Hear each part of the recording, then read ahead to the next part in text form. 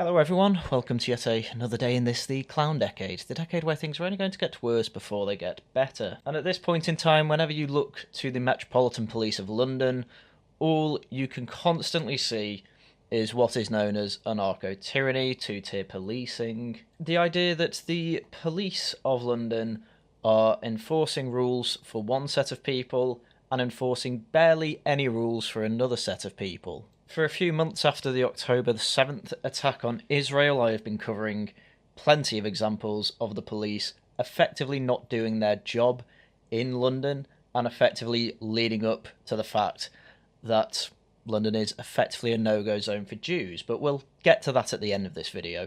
For now, we need to talk about St. George's Day, because that was yesterday. Happy St. George's Day to everyone. But specifically, what happened in London.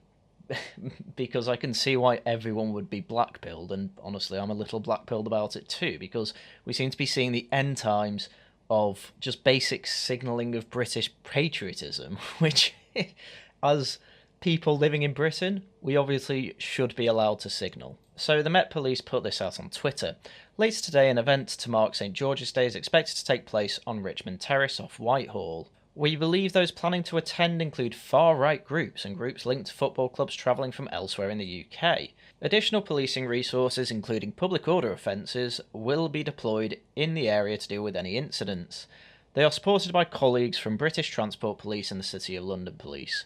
The officers' primary role is to ensure the safety of participants and the public, but they will not hesitate to respond in the event of disorderly behaviour or other offences. And this is just quite typical of the police. You will never say the Metropolitan Police make a statement about the protests that are pro-Palestine and say that there are far-left groups involved in it, despite the fact that you see Socialist Worker Party banners absolutely everywhere for those protests, and there are open communists on the streets every time there is a protest like that. But again, that's because, reading Abolition of Britain or just paying attention, you'll know that the far left has basically infested all these institutions, and they don't effectively allow for statements of the far left is bad and need to be looked at anywhere in universities. In fact, again, if you go back through my videos, they tend to fester in these institutions. Hence, University College London ended up posting quite openly anti-Semitic remarks after October the 7th, but nothing was done about it generally. Certainly no arrests were made, despite the fact that it clearly breaks the 2003 Malicious Communications Act. Because that's the world we live in. Anyway, the thread continues. The groups are gathering in the Waterloo area prior to joining the event in Whitehall. Officers are in the area to respond to any incidents. A number of people have been seen in the area wearing masks. A Section 60 AA order giving officers the power to require the removal of face coverings is now in force in the boroughs of Lambeth and Westminster. A Section 60 order giving officers additional search powers is also in force in the same area to prevent crime and disorder. And these are laws which I think are perfectly valid and fair. The problem is that you only ever see these orders actually issued during non-pro-Palestine marches. They never had to issue these orders for Israeli marches, to be fair, but you never had face coverings there, whereas, as I say, through all my videos, there have been face coverings of people in the pro-Palestine marches, and I don't ever remember the officers getting additional search powers. In fact, I even remember the police officers having pictures with people who were still wearing their masks. Again, two-tier policing, anarcho-tyranny, call it whatever you want, this is clearly happening. The police come down much harder on specific protests and just allow other protests to descend into chaos, essentially. However, come 2 in the afternoon, the Met Police put this tweet out. The event is not due to start for an hour, and regrettably officers are already dealing with disorder. There is an area allocated for this event in Richmond Terrace. This group went past it and continued up Whitehall. When officers formed a cordon and asked the group to turn around, they reacted by violently forcing their way through. Mounted officers intervened with horses to restore the cordon, which again was something that was supposed to happen with pro-Palestine marches. They were only supposed to stay in specific areas, and they just went out of it, and the police effectively did nothing. I've got this all on record. It's in my older videos. I didn't see a single mounted police officer during the pro-Palestine protests, And yet, you come to a demonstration of people signalling their patriotism and, oh, get the horses out. They're showing too much patriotism in London. Which, to be fair to the Met Police, this is typical for demonstrations. They will cordon off areas that the demonstration can stay in, and obviously if they go out, yeah, they are supposed to keep them within that area. But it is just crazy. The crazy part is that they will only apply this rule during a pro-England demonstration and not do it for pro-Palestine. They probably wouldn't even do it for the pro-Israel one, to be honest with you. As I say, there is only one demographic that the police can actually police properly, and that is working class Brits. Any other demographic, they can literally get away. I was going to say they can get away with murder, but that's only if the police can't catch them. But yeah, you get the idea. Anyway, let's take a look at this clip. As you can see, police kind of doing their job, I guess, making a cordon off from one side of patriots to another. I don't really understand what the police were making a line there for, as, you know, clearly some of the crowd already made it through. That basically already looked like it had descended into chaos and the police didn't hold the line properly, so yeah, I'm not surprised some of the demonstrators were trying to get through, but yeah, the horses come in and try and bring back order, which they seem to succeed to do. I mean, honestly, basically a nothing burger, that clip, to be honest with you. Anyway, here's the same incident from another angle.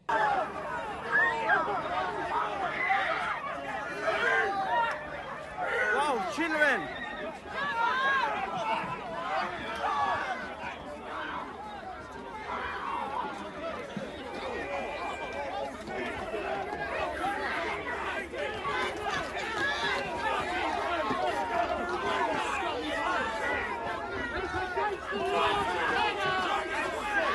Again, at this point, I want to make it quite clear. If this demonstration has had an area cordoned off to it, where the police have said, this is your area where you can have this demonstration, I don't think it's unreasonable for the police to actually enforce that cordon. And I don't think the use of horses is necessarily bad here either. What the issue is that this will only be the time they actually use those tactics and enforce this law. That is the issue. They only enforce this law against white working class patriots, for lack of a better term, but they will never use these type of tactics against, you know, the people in the pro-Palestine protest. They only ever use these tactics once against Black Lives Matter and then never use them again. The issue here isn't that the police are policing this demonstration. That is fine, that is what the police are there for. The problem is that this is the only time the police will actually police a demonstration in London, and of course likely elsewhere in big cities in the United Kingdom, and that is what the complaint is from people. And this wasn't the only time the police were policing the protest. Here is a clip from Lawrence Fox with the caption, "They were looking to give anyone a kicking and they got their wish."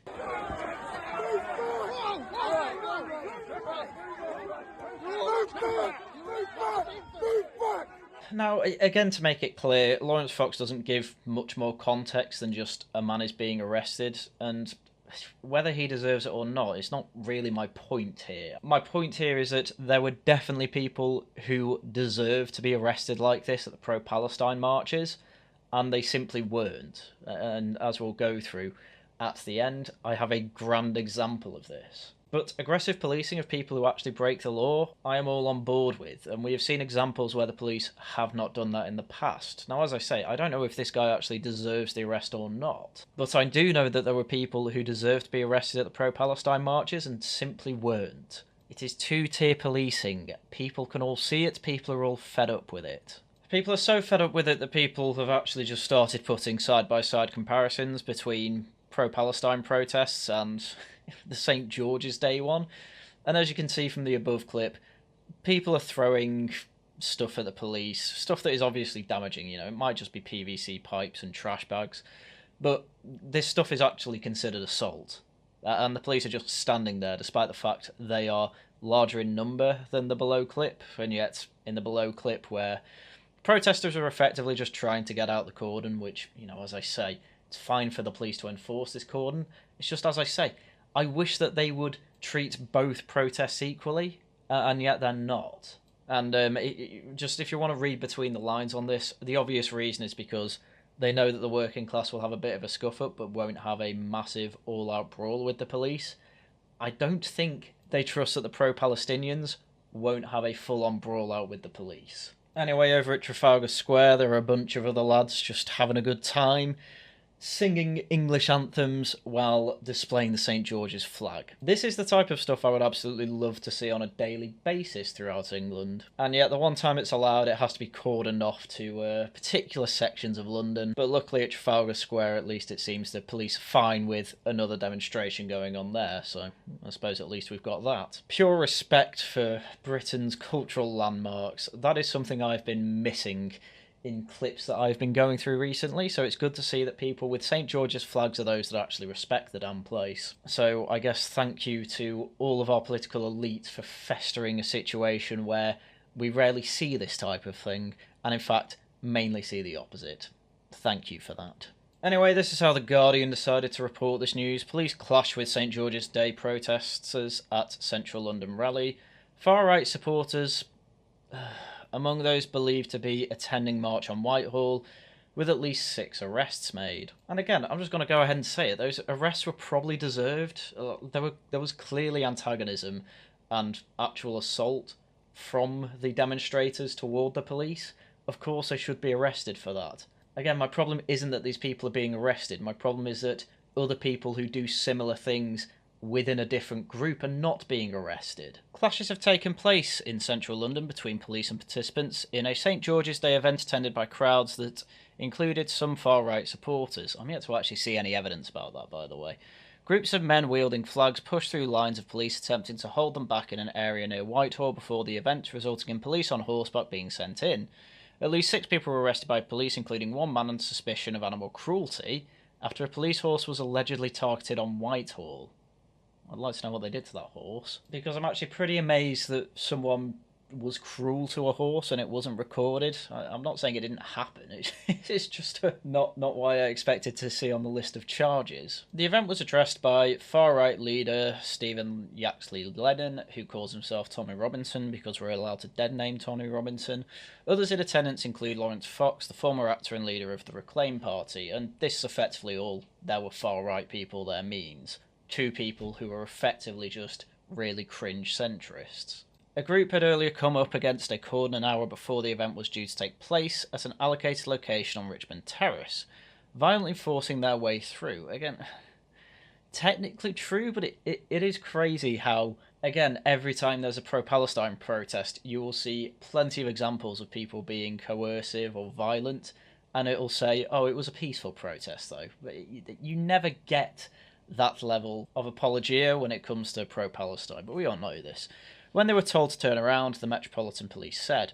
The force said it had been in discussions with the organiser of the event over recent days. In a post on X it added, we believe those planning to attend include far-right groups and groups linked to football clubs travelling from elsewhere in the UK, blah, blah, blah. We've already read that. And it's probably worth mentioning at this point that Tommy Robinson was actually in court that day, but his case that the Met Police took to court to him about was simply thrown out. The Met Police gave him a dispersal order, but the judge ruled that the power was not legally authorised. And so Tommy Robinson effectively had been falsely arrested. And I'm not a massive Tommy Robinson fan. I think he's fine, and that's about it. But there is no doubt in my mind that the man does get picked on by the judicial system and the police. And honestly, that is probably because in the past, the EDL does give the police a run for their money, and so now they are hyper paranoid when Tommy Robinson is involved in anything. I remember for the Dankula March, God, that must have been 6 years ago now, but for the Dankula March, when Not So Obvious was organising it, the Met Police were constantly asking, will Tommy Robinson be there? Will Tommy Robinson be there? Because if he is there, then effectively they enact more powers, because he is literally the boogeyman of the police from the way things look at the moment, and I think at this point that there's no point in it. You know, Tommy Robinson's just a guy at this point, really, with a bit of a cult of personality behind him, which, I mean, what internet personality isn't that true for? Anyway, next up is how the police deal with someone who is being threatened with coercive behaviours, because if the Met Police are anything, they are a total meme. You are quite openly Jewish. This is a pro-Palestinian march. I'm not accusing you of anything, but I'm worried about the reaction to your presence. This was quite a viral clip that was going around at the weekend, because this was a Jewish guy who was obviously wearing his kippah, going around the pro-Palestine marches, basically just wanting to ask people questions, have a dialogue. And the police effectively say, no, you can't do that, effectively because you're asking for a fight by being openly Jewish. That is effectively what the police officers are saying. And this just shows how absolutely far fallen the Met Police are. Again, as I have said for quite a while, I think David Baddiel actually has a point. You can actually just still be racist to Jews. I don't know what the hell people online say when they say you can't question the Holocaust or you can't give any criticisms of Jews, because no, that's not true. The police will literally defend that. Of course, they will only defend that if you're on a pro-Palestinian march, but that's not the point. Just because you're an idiot about your tactics doesn't mean you can't do it. Anyway, this wasn't actually the worst part of this entire saga. This is what happened a little bit later with this Jewish man. I ain't afraid of your fucking people, I promise you that. I'm sorry? I ain't afraid of your people, I promise you that. That's right, you heard me loud and clear. Whoever you're waiting for, whatever group you're with, to make you know I'm walking with you. Yeah. And not in support of you, I'm watching your movement. That's right. Yeah, this is just direct coercion and intimidation and a clear intention of harassment. This is, breaking Public Order Act, harassment laws. This is a clear violation of the law, effectively. And so the Jewish man does what any reasonable person would do and says, "Excuse me, officer, I have just been threatened." That's right, we're all going to watch your movement and record you. And one step further, the man just admits it in front of an officer, so you'd expect an arrest, right? You know, given what we've just seen at the St. George's Day demonstration, you'd expect an arrest of someone who is actively threatening harassment. Wait, no, the police ain't going to help you in this scenario. They ain't got no law. No, saying that you intend to break the law is breaking the law. I mean, how cocky is this man to say the police won't do anything? And unfortunately, how right he is, because this is what the police do. Yeah, I know. Yeah, I'm just a civilian taking a walk. That's absolutely fine. Like I said, I don't think this is a productive conversation you're having with this. And that's where the clip ends, but it's amazing, isn't it? What does the policeman do? Oh, settle down, mate. You know, mate, this isn't a productive conversation, mate. No, you're a police officer. You need to arrest this man for threatening harassment of another individual. But again, the guy's Jewish at a pro-Palestinian protest.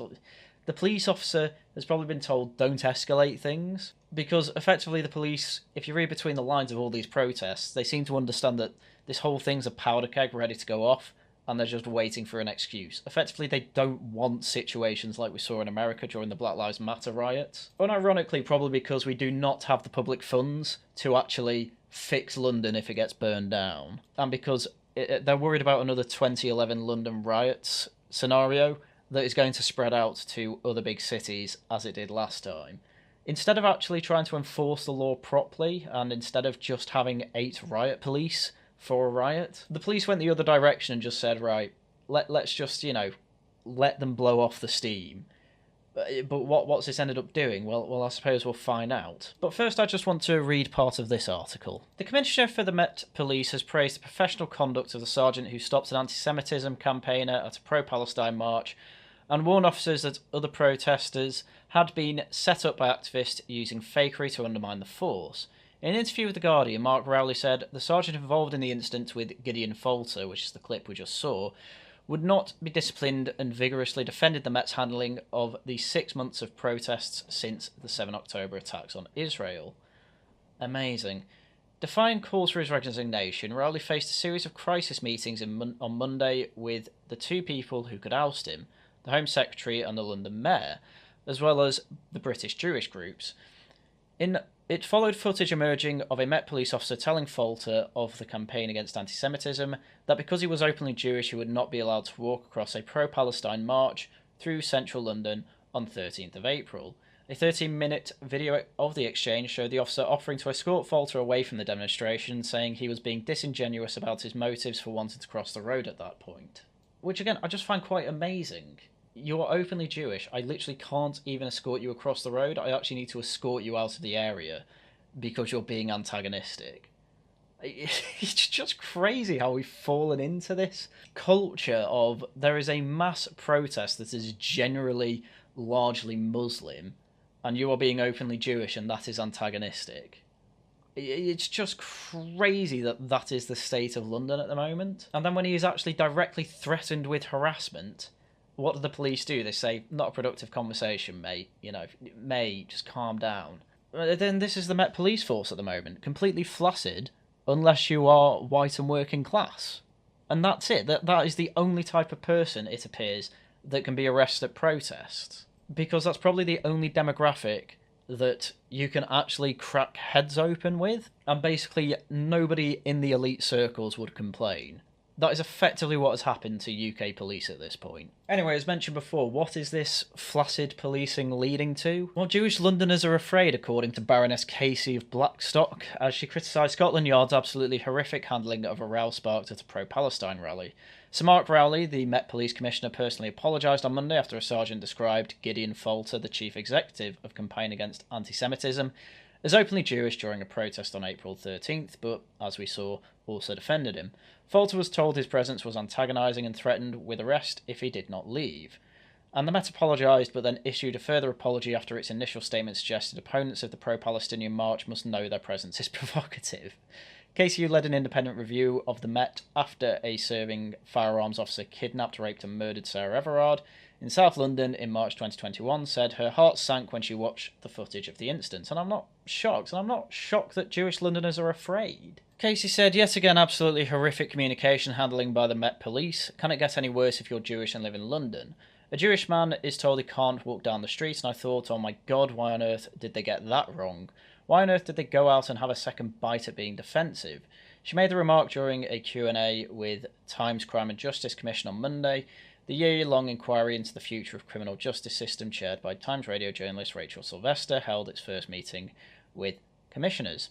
During the 45-minute session, Casey compared the Met's clumsy approach with how the force handled the vigil held in Everard's memory on Clapham Common, days after the 33-year-old's body was found in woodland near Ashford, Kent. I actually think they've handled this worse, to be honest with you. Officers were seen dragging away dozens of mourners as they sought to clear the bandstand. Yeah, the Met Police since its inception pretty much has just been awful, to be honest with you. Locals at the time didn't want it. Robert Peel put them in place anyway, and basically every police force around the world is almost based the way they work off the Met Police, and the Met Police, as I say, since its inception has just been awful.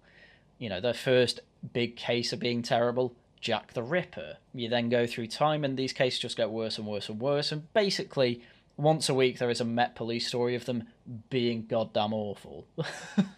And so we probably need another way to actually enforce laws in the United Kingdom, because the way policing works doesn't appear to be working too well, and in fact seems to be getting worse and worse as time goes on. But I'm afraid we're stuck with this two-tier policing system throughout the UK for now, and it appears it's only going to get worse in London. So if you haven't already left London, do leave it. It's a terrible place to live anyway. Get a remote job and move to the countryside. That's probably your best move there, because if you are a white guy, you are probably more likely to have the police treat you as they probably should treat you.